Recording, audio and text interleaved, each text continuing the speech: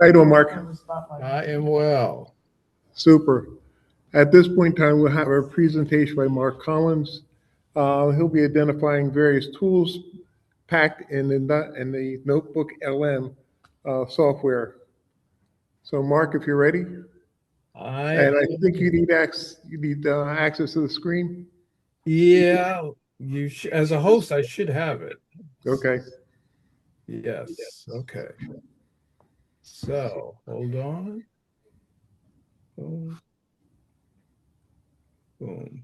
So I'm going to be talking about Notebook LM, and it's a AI tool, and it's really become an a very important tool in terms of genealogy research. Hold on a second.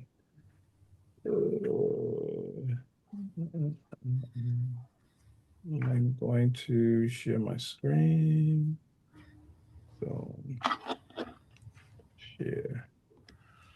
Okay, so everybody can see this. Everybody see my screen? Notebook LM, Genealogy Research Assistant.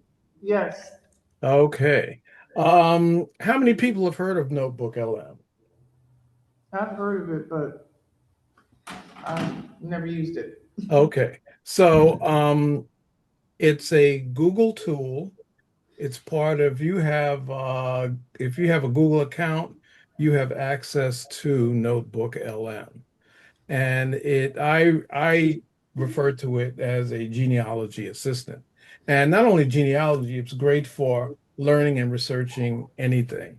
So basically, you could uh, synthesize your family records, historical content, and put it into one place and have this AI tool analyze it, get information from it, and you're able to ask questions and it will give you responses based on the input on the sources that you have.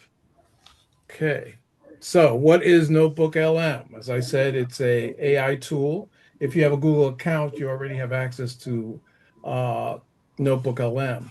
But there's a free and there is a paid version of it. And with the free version, you have access to, most of the tools. The paid version does give you some added functionality. And unlike, say, like ChatGPT or Claude or other AIs, you upload information that into Notebook LM that you vet. You could upload your files, you could upload images, you could upload PDFs, and basically you can query Notebook LM query only that information that you've uploaded into it. So it's not like it's just searching the web and bringing all sorts of stuff back to it. It really lessens the possibility. You may have heard about hallucinations, which is basically a chat bot would bring you incorrect information or give you information that's not related. Um, NotebookLM will only analyze information that you have uploaded into it. So it kind of forces you to get the most out of it. You really want to be organized in terms of your files. Okay, so you could actually access your files on your PC and use it as a source of information.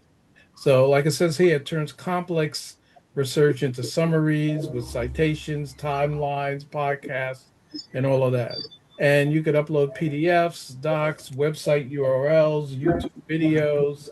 So you could upload your information that you're able to vet. So the information that the Notebook LM will provide to you, okay, would be more likely to be accurate. Okay, so I'm going to be moving back. I'm going to just show a few slides, and then I'm going to get into a Notebook LM, and we're going to go through the features. Okay, and like I said, building your Notebook LM allows you to build your own digital repository. And like many of us, you have your genealogy research on paper, in a file, on a spreadsheet, in a PDF. Um, Notebook LM allows you to bring all that into one location. Okay. So with the free version, you could upload up to 50 sources. And that 50 sources could be all the information that I just mentioned: files, PDFs, um, images, audio, all that could be uploaded. With the paid version, you're able to upload up to 300 files. And it allows you to work you can do some pretty deep analysis. And you could also upload like census transcripts, cohabitation records, uh, uh, Civil War pension records. All of that can be uploaded, and Notebook LM will analyze all of that, and you could query it in terms of relationship between the documents that you had. It will also give you some suggestions in terms of what additional questions you could ask based on the sources that have been uploaded. Okay, so I'm going to stop the share, and we are going to actually go into the interface. So basically, this is what, boom, boom, boom, boom, boom, boom. Here we go. Okay, so this is what Notebook LM looks like. Okay, so you have three sections. You have sources, you have chat, and you have studio. Sources is where you can actually upload sources, okay, into Notebook LM that you could query, and it can analyze, and it could provide connections between the data. Okay. Chat is where you can actually query your sources. And then you have Studio. So from the sources that you've uploaded, you could create audio overviews, video overviews, mind maps, reports, flashcards. Uh, it's a way not only for researching, but as a tool for learning. Okay, so basically how you start is you want to add your sources. And I have a notebook already created, and we're going to go back here. And I have one called Finding Enslaved Ancestors. Okay, and here I have uploaded sources. And basically what I did was basically going in and asked it to give me information on finding enslaved ancestors. And it brought back all of this information. Okay. And there's different settings that you could do to provide that will affect the information that you provide. So you have fast research, you have deep research. So fast research will actually give you a quick results from the questions that you ask it. And deep research will do an in-depth analysis or go and scan the whole web and bring back resources, okay, and actually give you a report based on your sources. And typically in the chat, once you upload your resources, it's going to give you a synopsis of the sources that you've uploaded. Okay.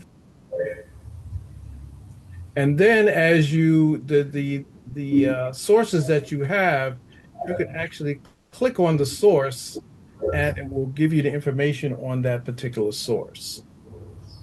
So this is where I say you could actually vet your sources. So here it is. Let me go back here. Okay, African American research in New Jersey. I clicked on that source. It gives me a synopsis of it. It gives me a source guide. It's telling me what it is, and it's giving me additional information on that particular source. So you can actually vet your sources. So it'll bring back stuff from the web. It'll bring back stuff from Wikipedia. It'll bring back stuff from social media. And the good thing about it, so like something, if it brings back something from Um, social media, you can uncheck your sources, so that's not a part of what you're going to query. Okay. If it comes something from Wikipedia, that's typically not something that I would rely on as a credible source. So I could uncheck that and I could ask questions. So basically, I have 19 sources here.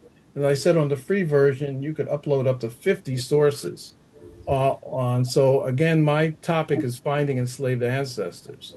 And I could type a question in here saying, uh, what are the steps in finding enslaved? Okay. And it's checking my files. So it is only looking at the information that's in the sources that I've already downloaded and vetted.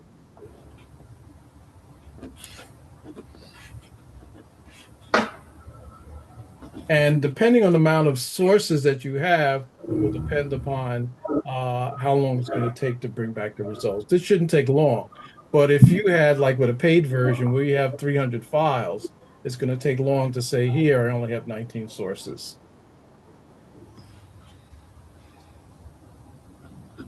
And here, again, you could check in what sources you want to be analyzed in terms of your query.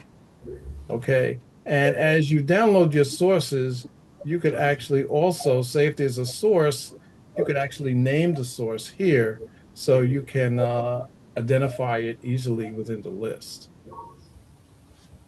Okay, so it's answered the question. What are the steps in finding enslaved ancestors? Okay, step one, gather family history and reach the 1870 census. Begin by talking with elderly family members to record oral histories. Okay, step two, study the neighborhood to identify the last enslaved, the last enslaver. It is imperative to find the name of the last person who enslaved your ancestors. Step three, research enslaver's family tree. Step four, examine the 1850 and 1860 slave schedules. So it gives you information based on your query. And additionally, it gives you additional questions in terms of you could query that. So here, what is a cluster genealogy and how does it work? Tell me more about the 1870 brick wall. How can DNA testing help trace enslaved ancestors? So I could click that. And again, it's going to go through all of my sources that I've already vetted.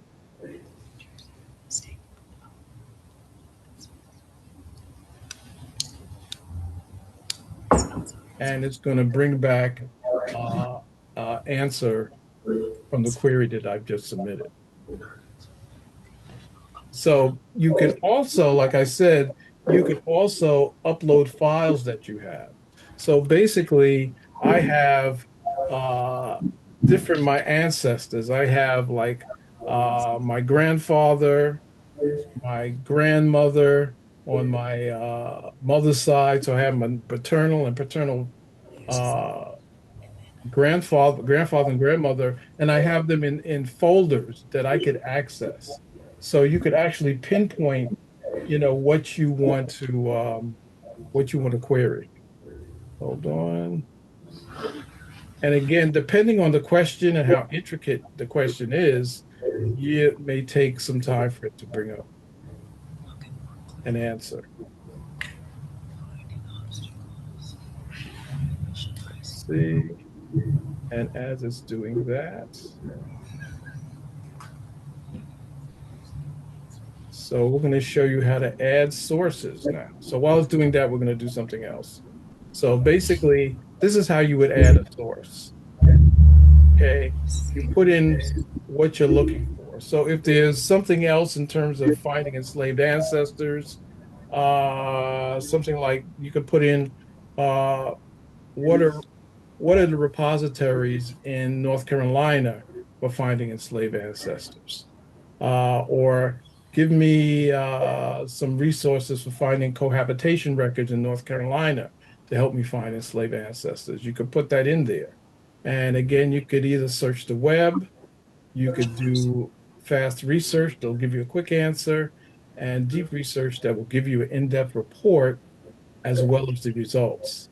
You could either drag and drop files from your PC, you could upload files, you could select websites, you could put in a YouTube video. You have access to Google Drive. You click here, it will open up Google Drive here for you, and you could upload a file. Oops. And here you could actually copy and paste text. Okay. So, I mean, you can import relevant data and get very specific answers in terms of analyzing your data. So let's see, what did it give us? How can DNA testing? Autosomal DNA testing can help researchers reach back to about the 3x great grandparent level and testing the oldest generation of your family. Okay, so it's giving you information. And if you click on here, it'll give you the sources. So it's not making anything up. And you can actually click on this and it'll take you to the sources.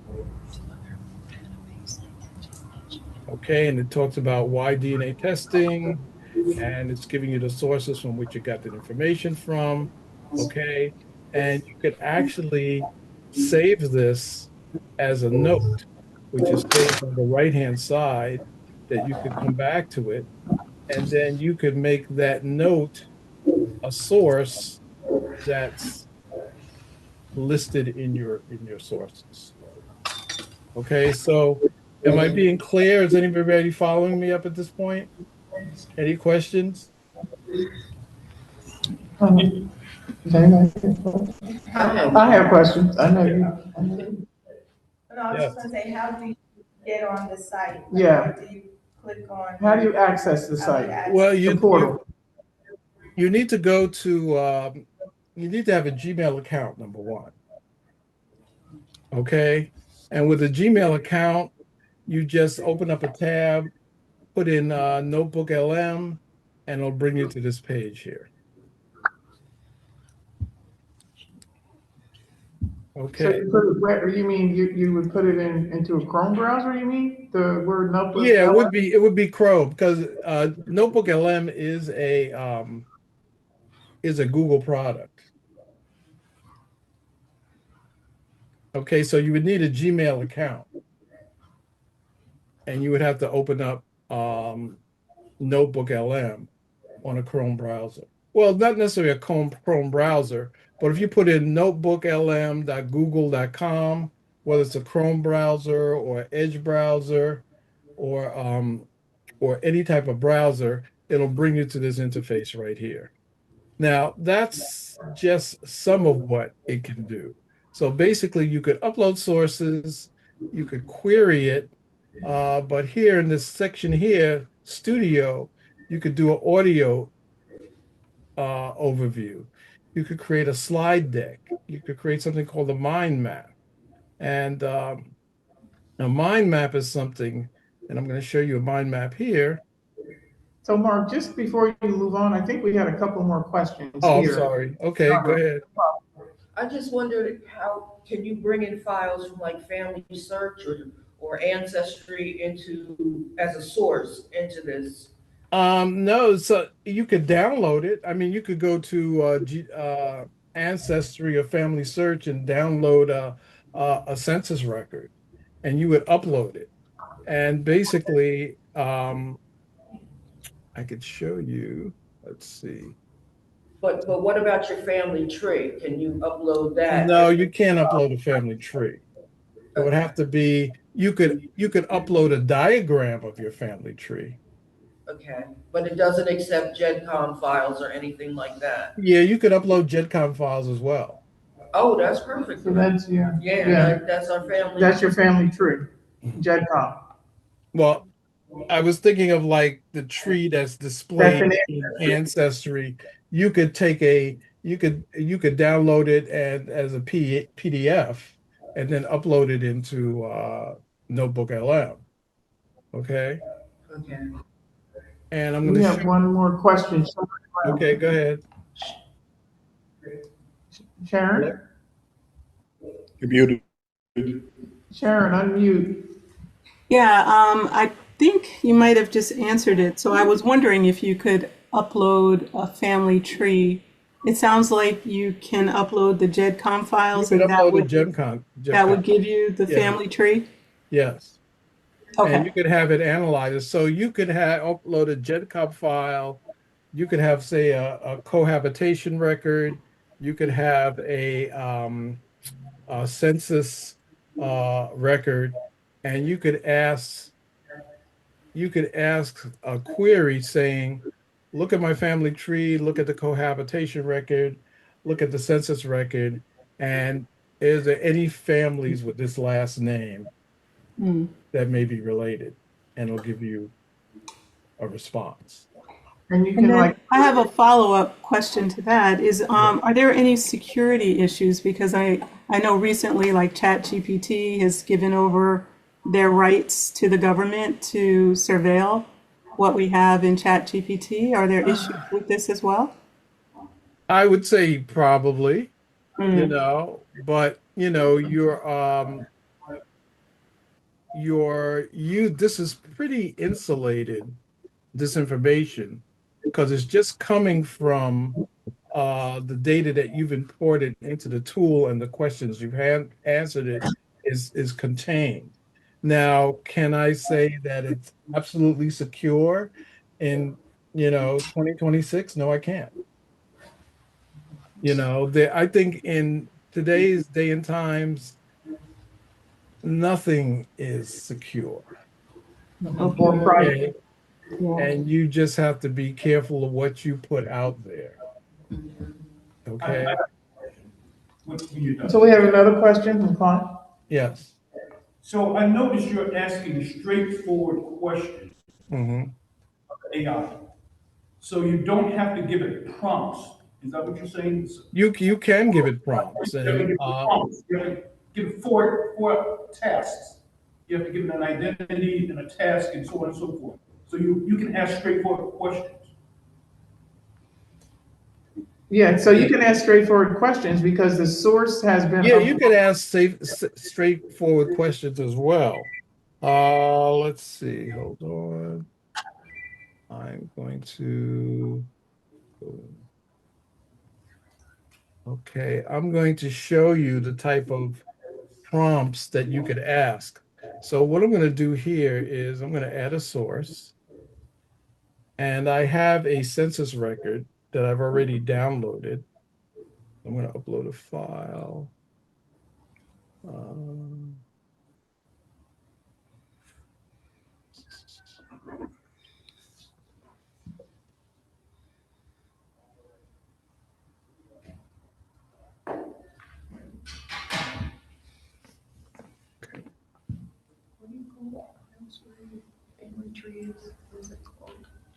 so I'm uploading a census record.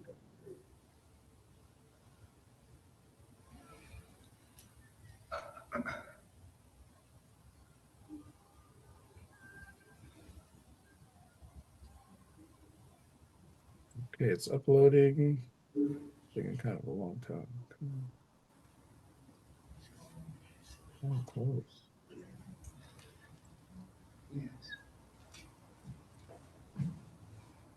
It's taking kind of a long time. I don't know why.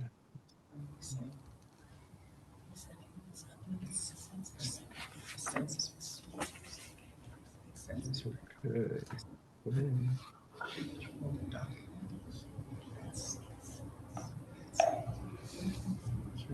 Maybe it's my computer here. Let's try something else.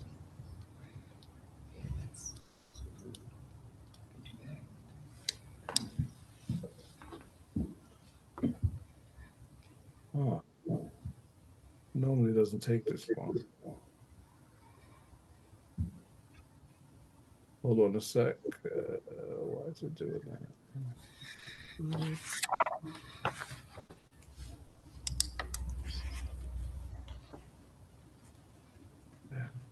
Mark, do you have the paid version or the free version? I have the paid version. Okay, so you can upload anything. All right. Okay, I'm trying it again.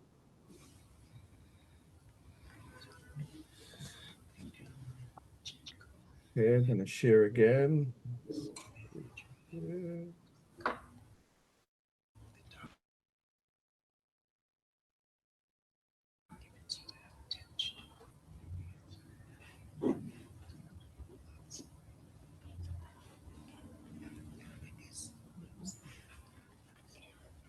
Okay, so now you could select which records. So when you do your queries, you don't have to select all of them. So you can uncheck them and then select the specific one. So I'm going to check this one. Yeah, something's happening on my PC. Hold on.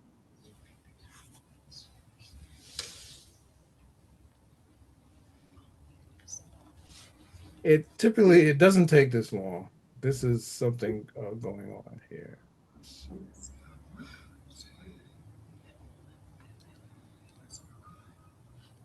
Okay, I can't believe this. Okay, I'm going to stop this share for a minute. I'm going to close this and open it back up. Wait. Boy. Bear with me.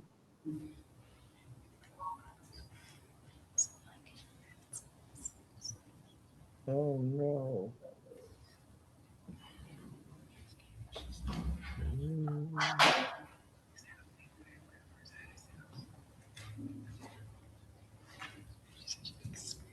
Okay, hold on. I just closed my browser and opened it back up. Okay, good.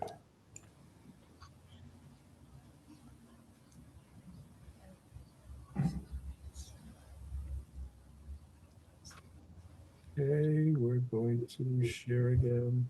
Okay, I'm seeing if I could now.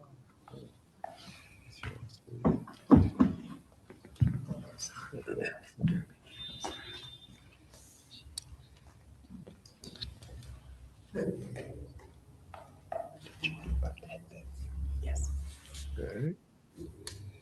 Okay, I got it. Okay. It was my computer. Sorry, I'm going to share again. Okay. So this is the file here that I've just uploaded, which is the census record. So I'm going to deselect everything and I'm going to do this. Now this is a census record from 1940, I believe. And I'm going to put in a prompt that's particular to this census record. And okay, so it's going to be analyze the value of home, which is a column within the census record, and occupation for the Collins family compared to the 5 households listed above and below them. Identify if there are any racial or economic clusters and describe the socioeconomic status of this specific settlement road community. So this is a census record page that I've uploaded, and I put in a particular prompt because I wanted to get some information from them. So I'm going to do that.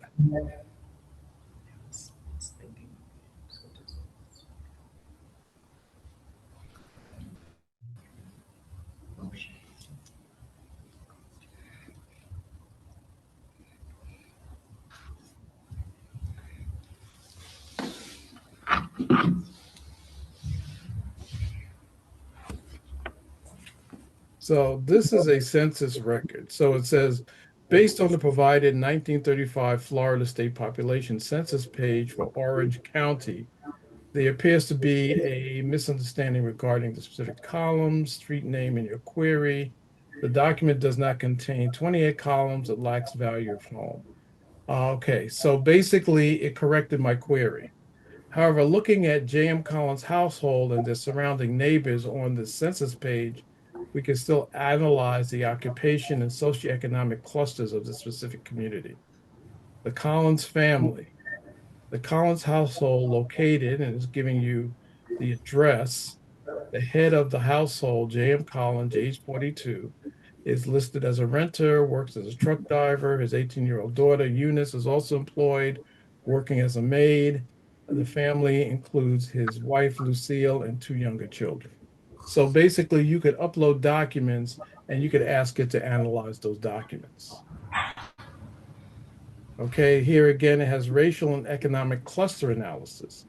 Racial cluster. This community is strictly segregated, 100% African American neighborhood. The race column for each individual on this page is marked as Negro, and the census enumerators tally at the bottom of the page explicitly states white, non, and black. The socioeconomic status. The socioeconomic status of the community is distinctly working class. So it analyzes the census document, okay, and it gives you additional queries that you could put to this particular source, because this is what I have selected. So what education levels are listed for the Collins family? Compare the age and birth rates, birthplaces of the neighbors.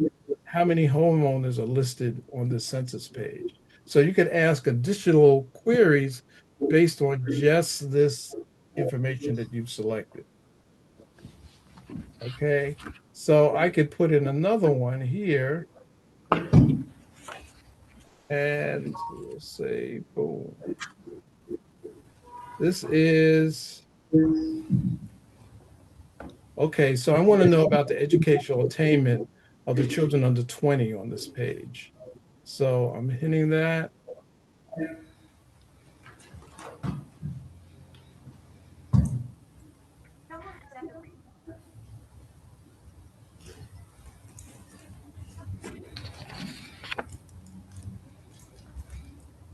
And depending on the complexity of the query, will depend upon how long it takes to analyze the page and the number of sources. Okay. So please note that the provided document is the 1935 Florida State Population Census for Orange County.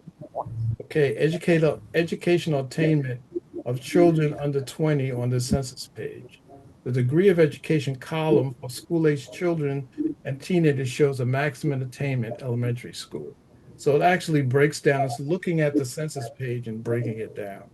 Black vs. white children, comparison is not possible to compare the educational attainment between Black and white children using this document. Okay, and you see these numbers here that's showing you where, and it's showing you the census page that it's looking at to get this information, which is the census page that I've uploaded. Okay, so it's here, it's giving you some more information. Okay, educational environment for the Collins children, 1935 Orlando. The census data provides a clear snapshot of the educational realities for the children that of the J.M. Collins household. Jimmy, age 14, and Lee, age 10. Both boys are actively attending school as their education level is marked ELM and their occupation is listed as student. Okay, based on the surrounding households, the environment for the Collins children reflects a working class neighborhood where basic elementary education was accessed by the younger children. So I think this would be very helpful in analyzing documents, okay, that you may have. It's a lot easier than, let's see, hold on, looking through a census file. Now, again, this is AI, so you may want to cross-check this with the actual document, okay? But this gives you a frame of reference on which to analyze what you're seeing here. Is this a good, we're at a good point to ask questions or? Sure, you can. So a lot of people of African American descent, they wonder who their enslavers were, right? Mhm. And it's very difficult to identify that information. So my question to you would be, Mhm. how would someone using Notebook LM try to identify an enslaver? For instance, I have an ancestor who was born in 1835 in Charleston, South Carolina, and I still have not found his enslaver. So how would you use Notebook LM to find an enslaver? Okay. Well, what I would do is I would start with a census page with a neighborhood, and you could ask a question. For instance, you could look at a neighborhood and ask, are there any white families with the same surname in this same neighborhood?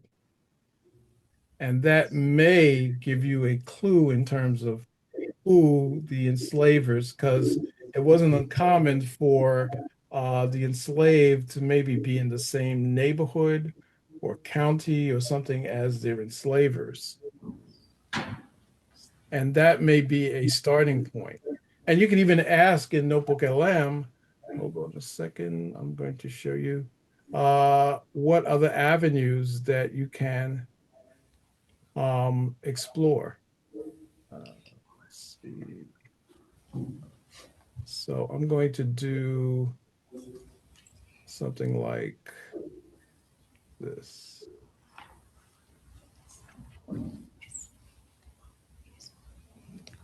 And this is another census. Let me do this.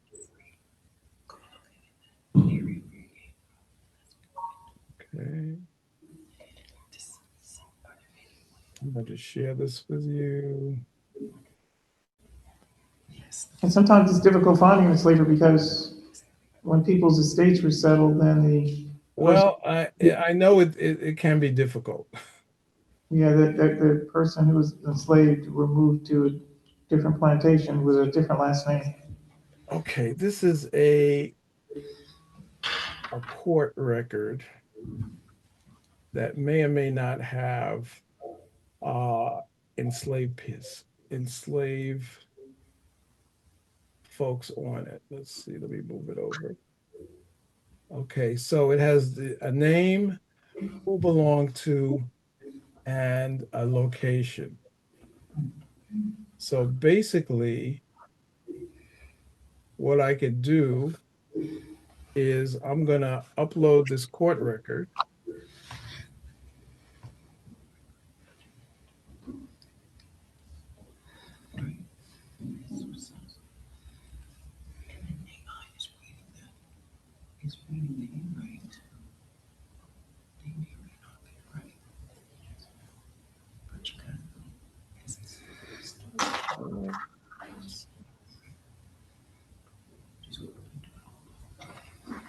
Okay, so I'm gonna do this.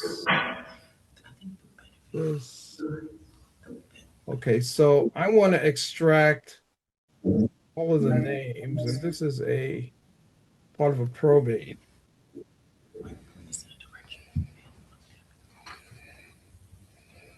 And let me see if I could find any enslaved people on this probate record.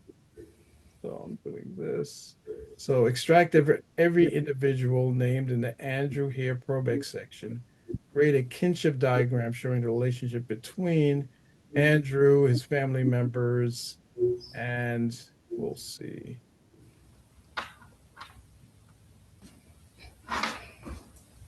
Okay. Let's see. Okay, that doesn't do it. Let's see.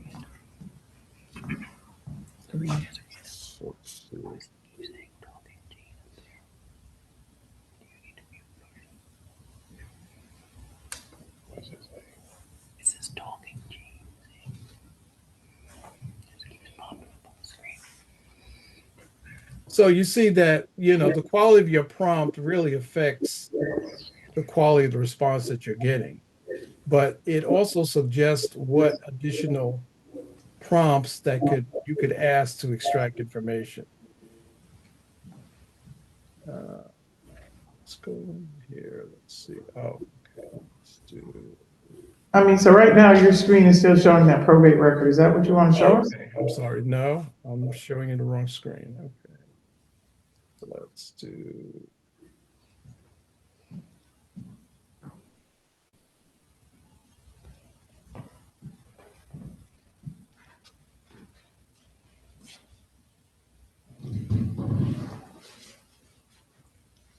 Okay, so I asked, and it's a way for clarifying what's in your information. It's a way of getting additional information that you could ask to get more information from. So I uploaded that document. I asked, summarize the educational attainment. Oh, that was the last one. Okay, so extract every individual name in the Andrew here probate section, create a kinship diagram showing the relationship between Andrew here, Margaret Bryant, John here. And so it's a way of identifying who's there and possibly finding out were there any enslaved people in this document that they own. And basically it says no. But I want to move on to some other stuff. I just want to show you how you can extract information from information that you upload into this document. There are other things that you can do here that can be just as informative. Now, there's something called in the studio section, there's something called mind mapping. And mind mapping takes your sources and presents them visually. And it could show you to pinpoint other avenues of research. So I've done this mind map previously because it can take a while depending on your sources. And here's a mind map down here. It says researching enslaved African Americans, 18 sources. So if I did a mind map, so this is a mind map here, enslaved African American sources. So I could click here, federal and post-emancipation records. It gives you other avenues of research here. So Freedmen's Bureau, WPA slave narrative collections, 1870 census, and the arrows indicate that there's more topics that you can explore under each one. So if I hit that one here, Freedmen's Bureau, it gives you purpose value, types of records, field offices, Freedmen's Bank records. And if I click on any one of these type of records, it will actually go and give me a listing of the types of records that can be resources be finding information on researching your enslaved ancestors. Okay. And again, remember, it depends on your sources. So basically, it's saying that the provided source does not discuss Freedmen Bureau records. Instead, the source serves as a single visual example of primary historical record. So basically, if I had Freedmen Bureau information in here, it could give me a list of resources where I could find more information. I think Lorraine has raised her hand. She has a question. Okay, go ahead. Hi, Mark. It's Lorraine.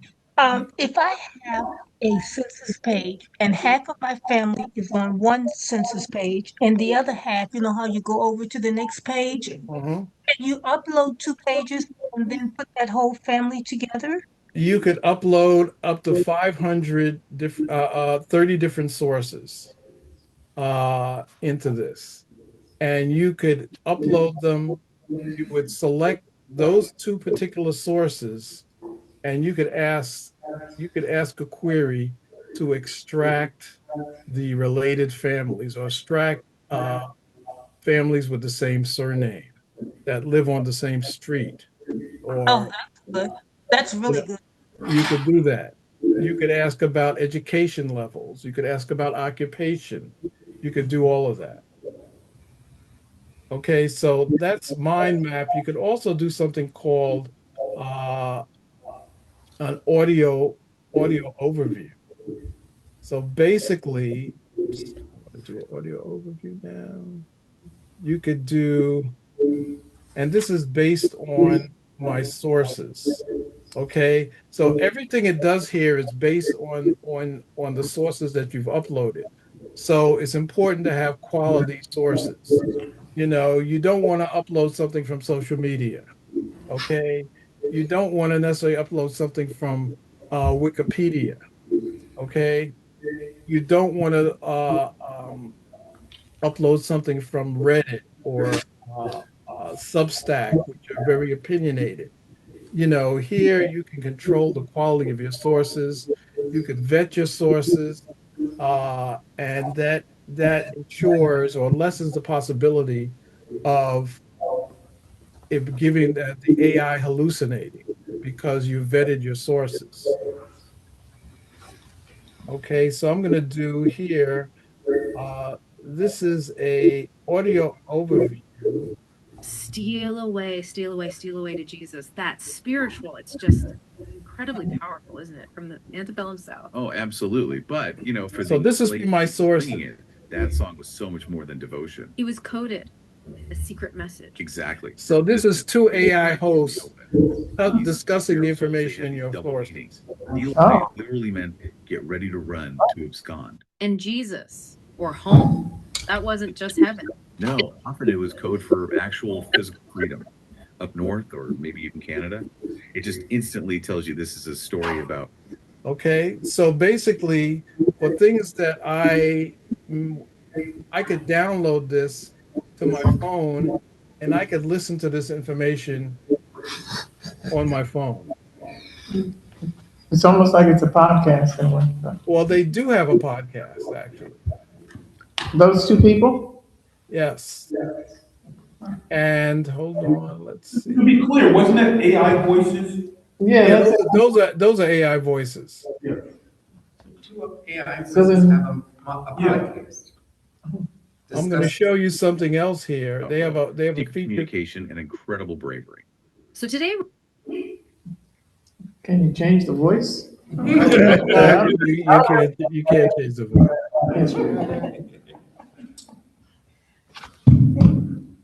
steal away, steal away, steal away to Jesus. Okay, so now it's in interactive mode.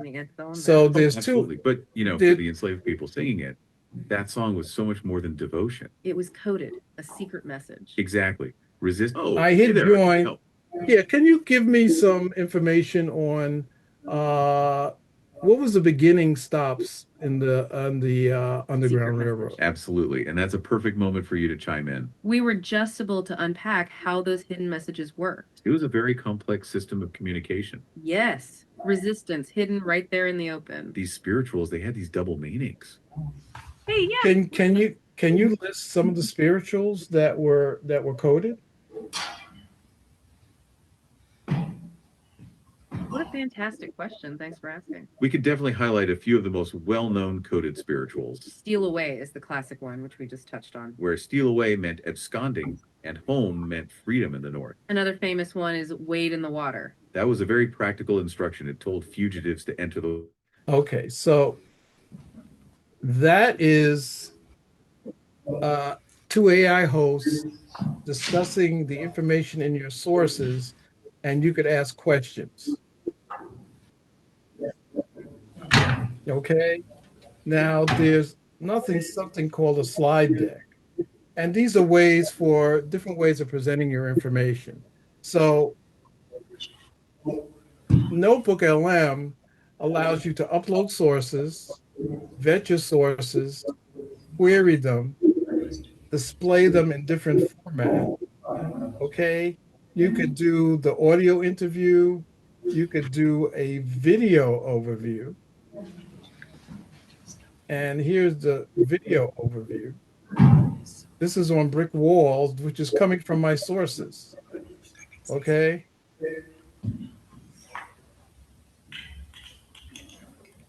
And this is all AI generated.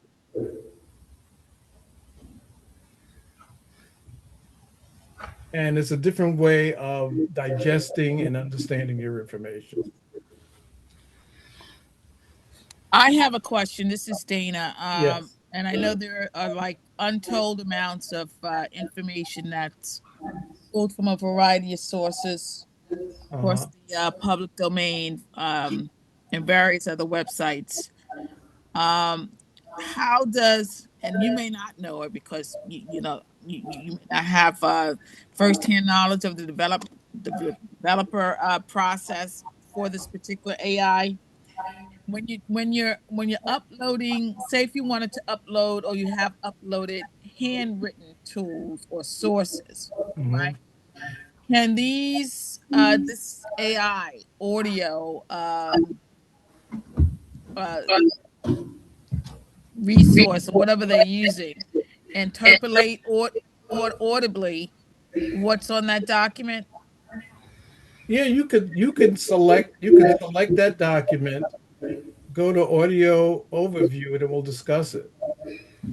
It's a handwritten one, Yeah, handwritten one. your own handwritten one.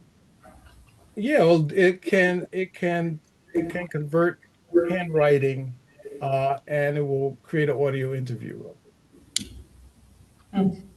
Okay, all right, and again, you can't change the audio the Yeah, voiceover, the right? voices can. I agree. The voices are terrible. Yeah, At terrible and this possibly point, traumatic. but the thing about Notebook LM, Notebook LM a year ago was very different from what it is now.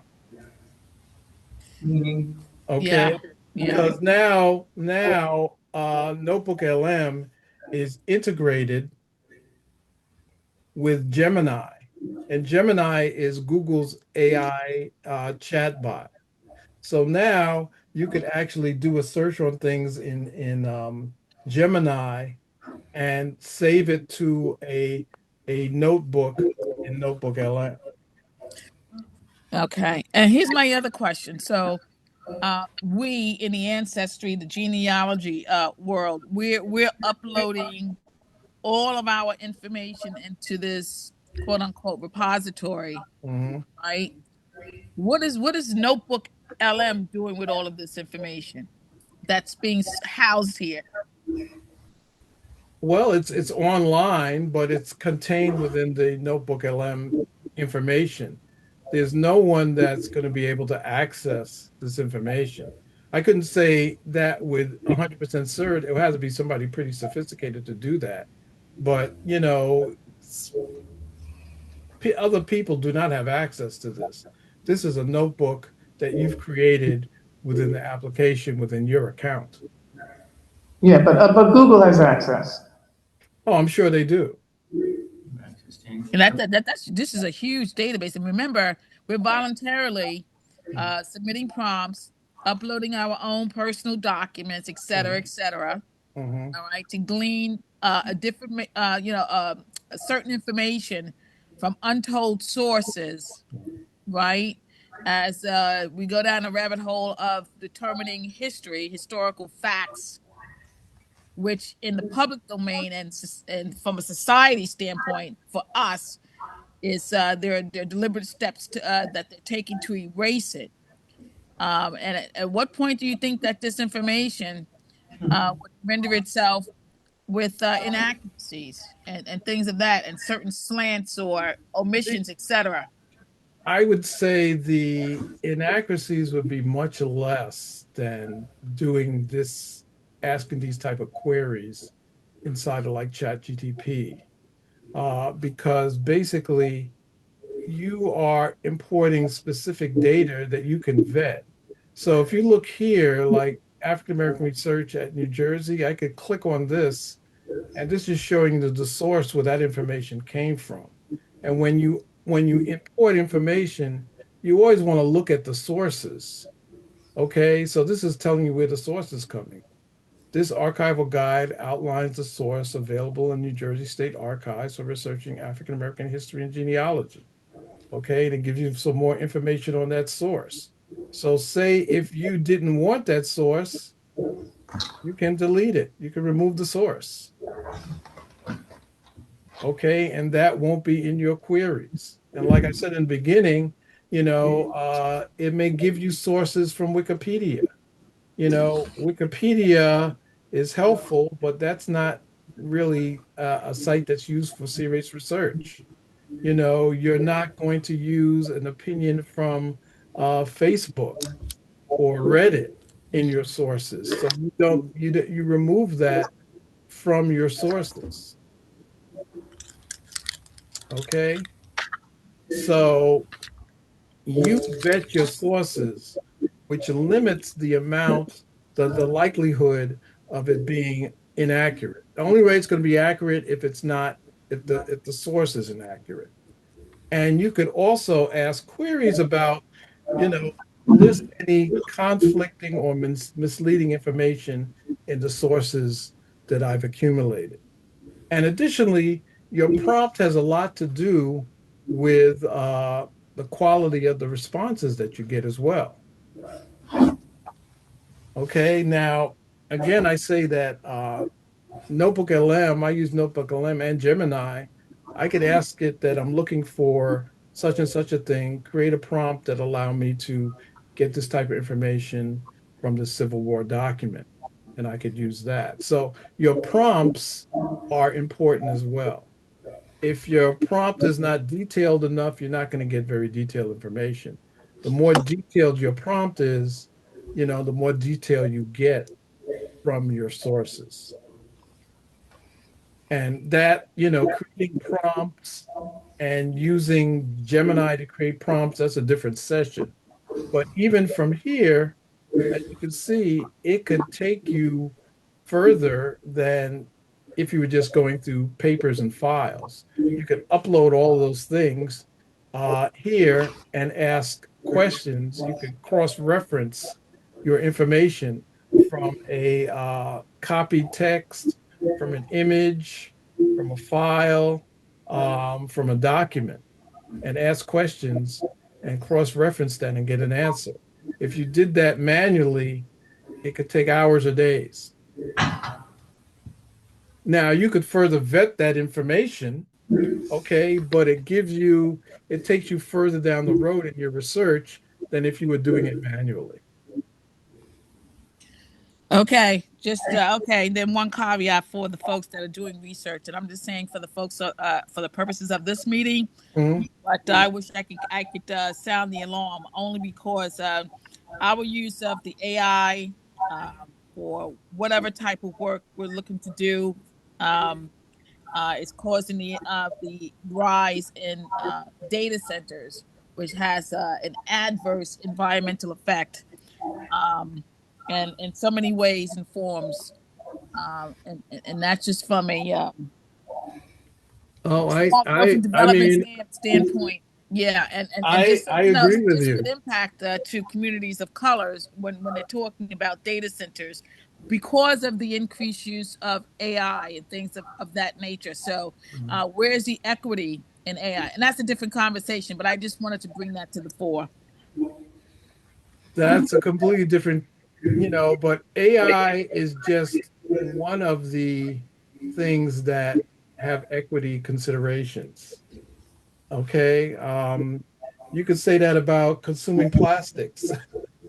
That has environmental and equity and affects people of color in their neighborhoods. So that's just one of them. But I agree with you. Data centers are environmentally unfriendly. Let me put it that way. I have a question. Yes. Because I have a confusion. Looking at your, what's on the screen now, all the way toward the bottom on the left-hand side, I see Freedmen's Bureau, National Archives. So does that mean that I have access to everything in the Freedmen's Bureau archive? No, because Okay. basically the query was information on finding enslaved ancestors. So if I click on this, it's something from the National Archives. This educational presentation from the National Archives details the administrative structure and rich historical documentation of the Freedmen's Bureau. Okay, the source outlines the organization's vast network. So again, if you vetted your resource, this is not really giving you information on Freedmen's Bureau records. It's giving you information on the Freedmen's Bureau's archives. Okay, so you would vet your sources And once you say, well, this is not giving me any useful information, I'm going to remove this.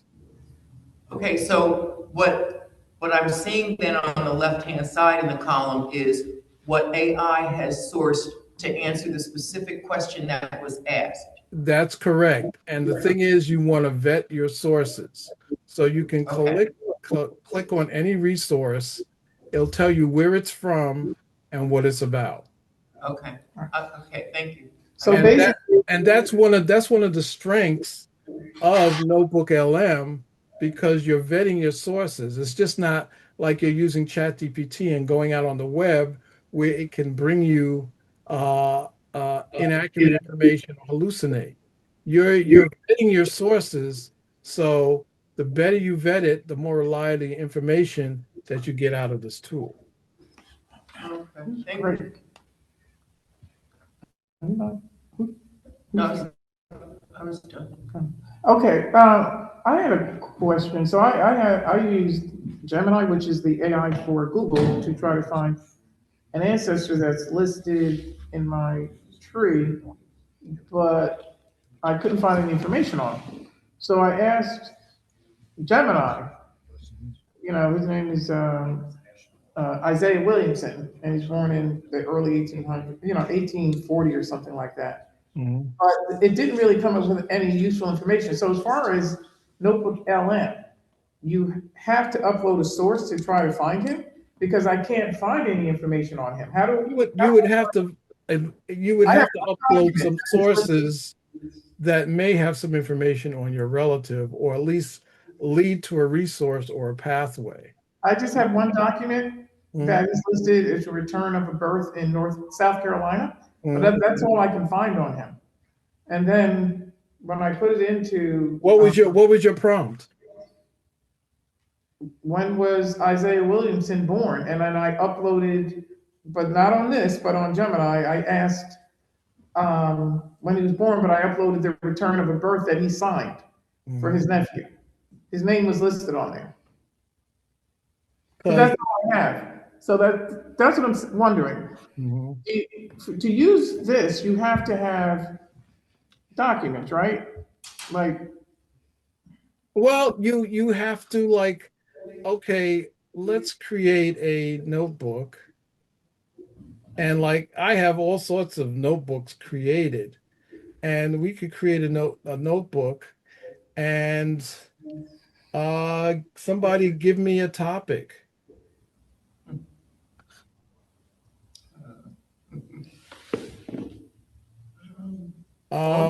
We could say August, New Jersey. Yeah. what? August, New Jersey, AAHGS. Well, it's something that you want to research. Oh, Slavery in New Jersey. slavery in New Jersey. Slavery. is it too general, or do we need to be more specific? The more specific, the better. But hold on. Am I still sharing this? No, I don't think so. How about Yeah. Okay. So slavery. Judge Van Wickle, slavering 1818, New Jersey. Slavery, New Jersey, 1818. Yes. Let's see. But like Cherokee saying, narrow it down to a county. So, Oh, yeah. but that was Yeah, in that was Middlesex County. In Middlesex County, New Jersey.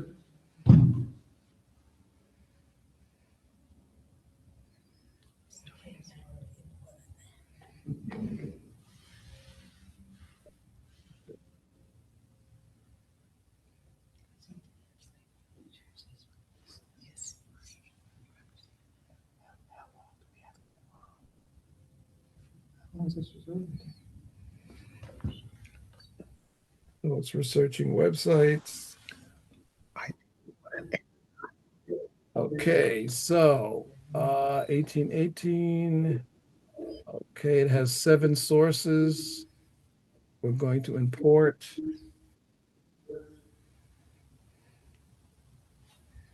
And 7 more sources we're going to import.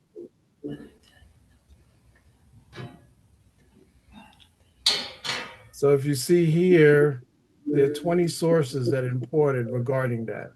And this is a synopsis of your sources.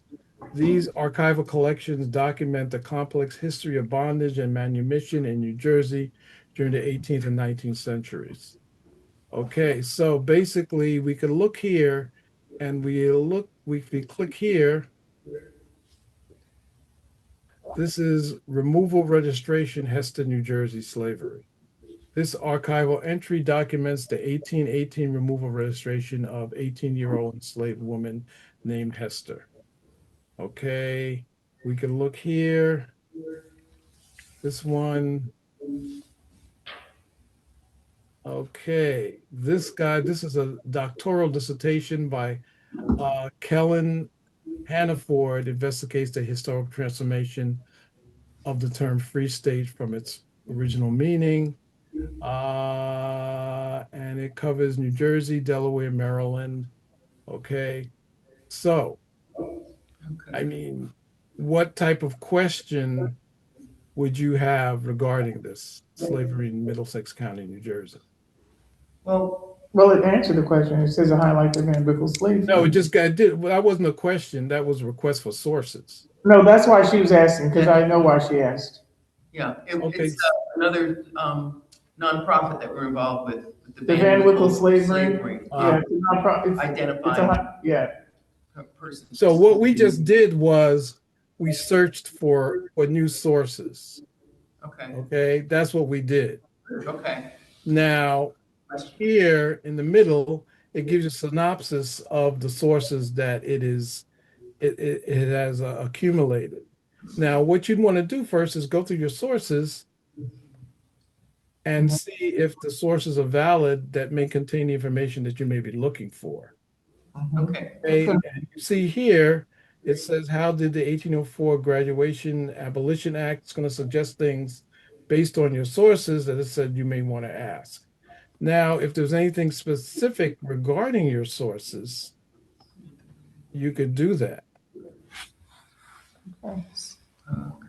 Yeah. You know, if there was a specific question about slavery in Middlesex County that you wanted, this is where you would ask it and it would query those sources. So you could ask it, who was the last enslaved person in Middlesex County? We could try that. Okay.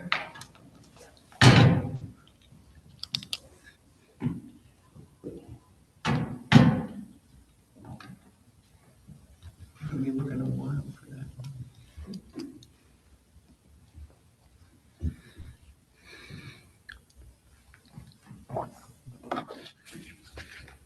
Middlesex County, New Jersey.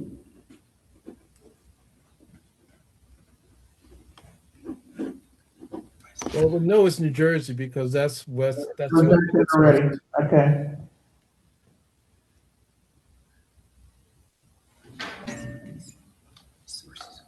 And it's telling you how it's thinking.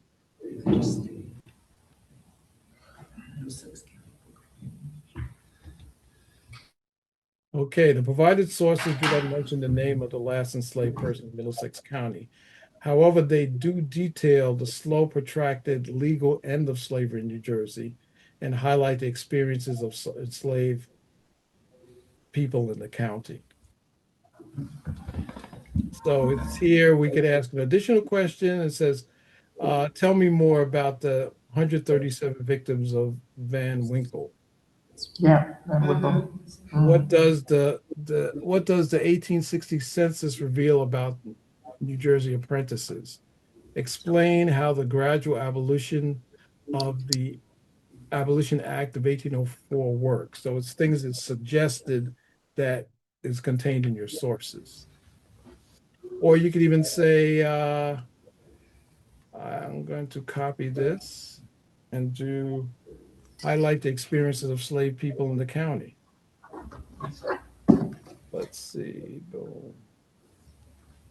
And again, this is just from the 20 sources you had. Now, I could ask the question, or I could add a source and highlight the experience of enslaved people in the county, okay? And it's set to fast research that'll going to give you a quick answer, and I can set it to deep research, and it will give me a more in-depth answer.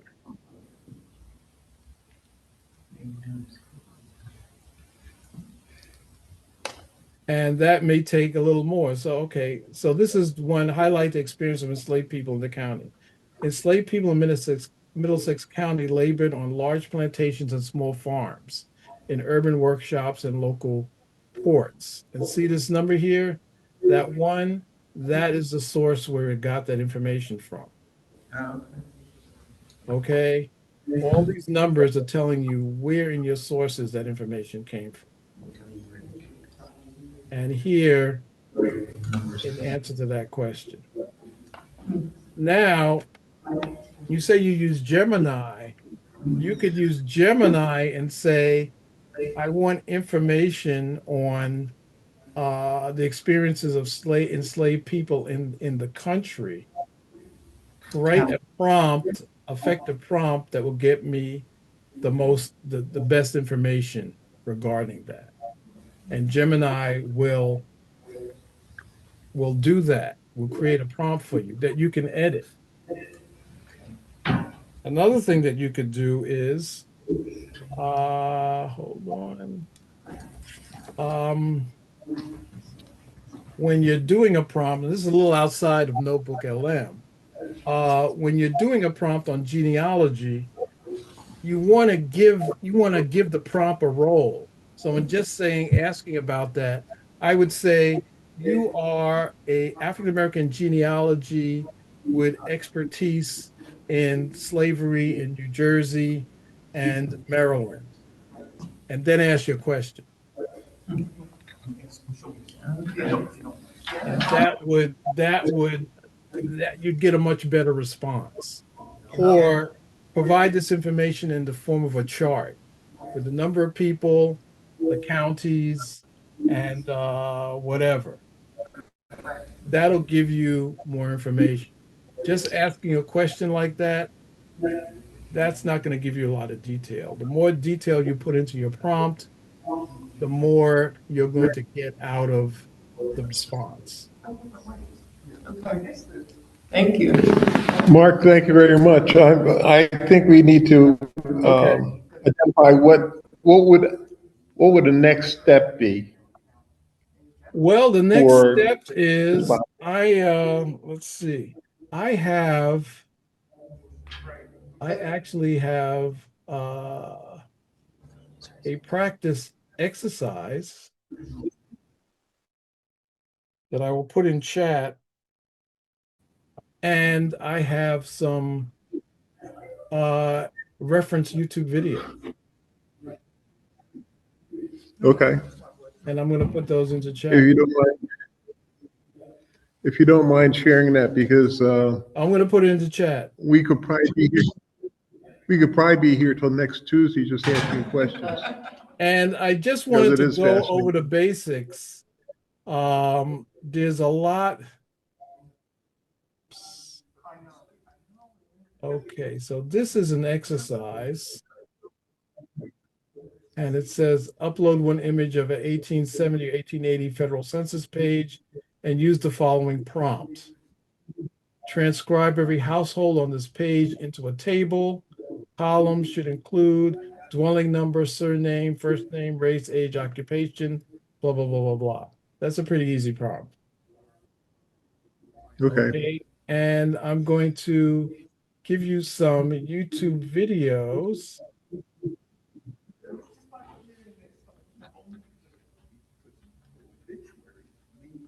Come on. Okay, hold on. There's a YouTube video regarding focus. That's a YouTube video on a case study.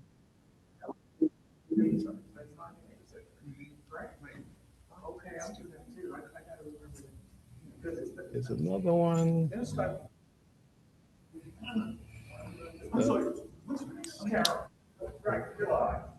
We'll deal with that for now. I don't want to overload you guys. So look at those two things.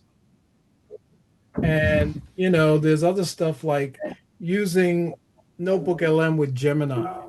That's a whole different session. Okay. And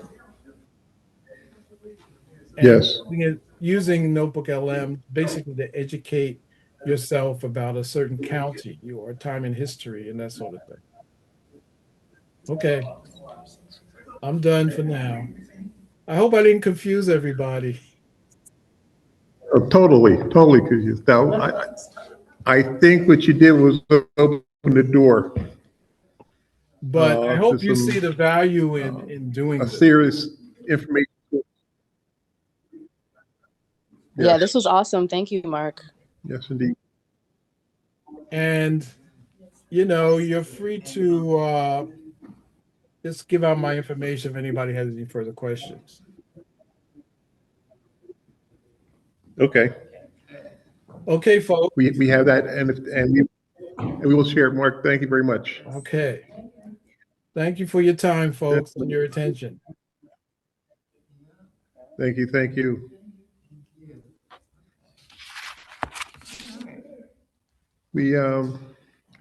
We're getting down to the short strokes. One of the things that I did want to bring out, it was mentioned in our board meeting, and that was at the end of March, the United Nations passed a resolution um, identifying the slave trade as the gravest crime against humanity, and it was passed 123 to 3. The 3 who voted no were Argentina, Israel, and the United States. And there were 52 nations that abstained.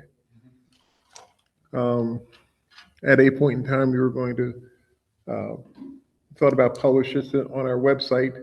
Then realizing that the finger that it pointed at the United States, it might be a challenge for us because we're still a nonprofit, and there's a lot of damage they can do to us.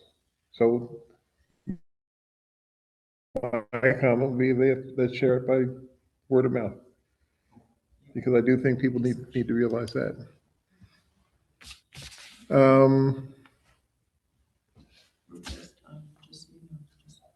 Three events that I've got identified. One is this afternoon and evening. The Ubuntu Cultural Pavilion is presenting Young Paul Robeson Sings in Somerville. I can provide that information if so desired. The two other things is the New York chapter is on May 1st, is having a digitization day. There's a facility that digitizes things. Members can take items over there and have everything that could be digitized in a half hour done. And the price for that is free. And then it's on June 3rd that the New York chapter is holding the Harlem Genealogy Fair.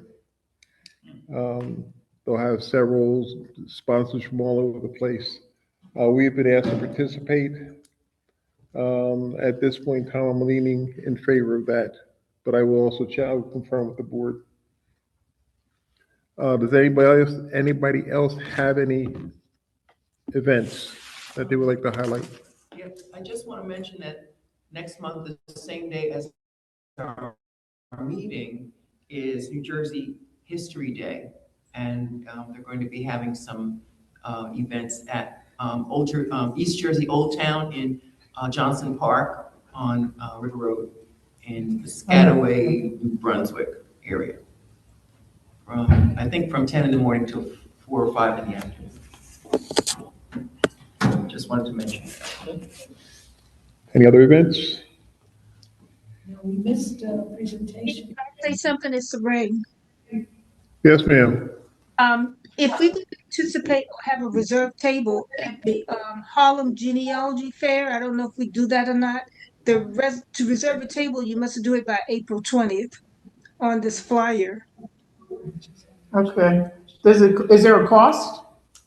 It doesn't, it just say, AUGS members are encouraged to host a table displaying their family, but if you're registering in exhibit, let us know by registering as an exhibitor. So it doesn't say a price, but they do tell you to reserve table by April 20th. Yeah, I went last year. It was pretty good. Thank you. Was there another question, comment? Barbara was saying there was a presenter today at Plainfield Library during the same time period, talking about breaking down brick walls in Yeah. African-American research, genealogy research. Started at 10:30.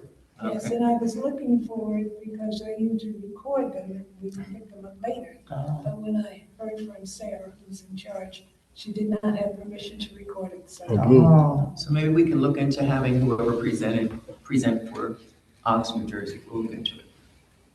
Okay.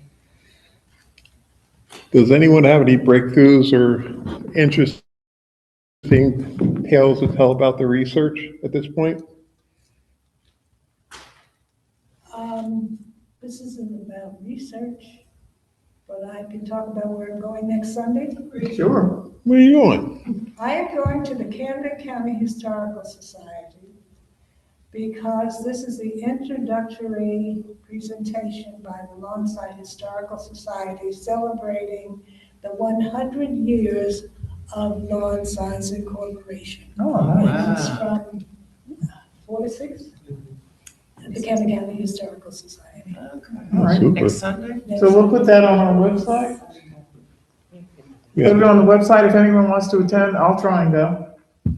Lawnside. Barbara, you're gonna have to find somebody to put on the website for us. I will let somebody to put on the website. Okay.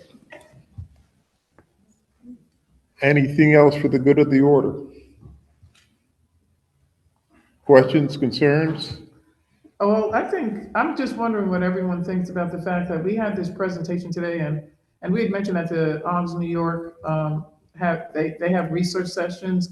And I know they do because I'm a member of OMS New York. And I'm just wondering, would it be helpful if we had our own little research sessions about once a month? That's part of what the whole structure thing has been about. Excuse me? That's part of the objective, to have research sessions Okay. and so we're training gonna- sessions. So we need to get it scheduled then, right? Is that what you're So we need bodies to start pulling it together. saying? Okay. And this is Dale, once again. I'm sorry? We can I'm just wondering, mentioned, but nothing has been scheduled. Go ahead, Dale. Hi, thank you. This is Dale once again. At the New York Public Library, we have something called a Training Technology Center. We offer classes there, and I will look into us getting that. Of course, we'll have to coordinate the library schedule, but there are 12 laptops and a very large, maybe 55-inch screen for the instructor. So we can surely do that, and I'm sure it'll be quite successful. We can even have more than 12 people if other people are willing to buddy up or just kind of watch and take notes. So please keep us in mind and let me know, and I'll look to our scheduling department and see what we can get together. Thank you. Thank you, Dale. Yeah, Tara Khan is mentioning that Ari is awesome. She presented for us last year.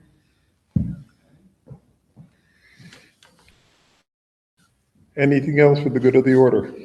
Okay. Hearing no comments, we stand adjourned at 12:58. Ladies and gentlemen, thank you much. Hi, Jean. Be well. Can I ask you just one thing? Can I get a copy of the recording? We'll think about it. That should be available, right? I would love that though. I'll make sure Mark doesn't have a problem with it. If he doesn't, we'll share it. All right, and thank you, Mark. This was so informative. And the funny thing is, I downloaded that app yesterday. I have no idea what to do with this, so now I have a clue. So thank you. Very good. Yeah. Thank you, thank you. Be well, everyone. Enjoy the rest of your weekend. Thank you. Okay, have a great one.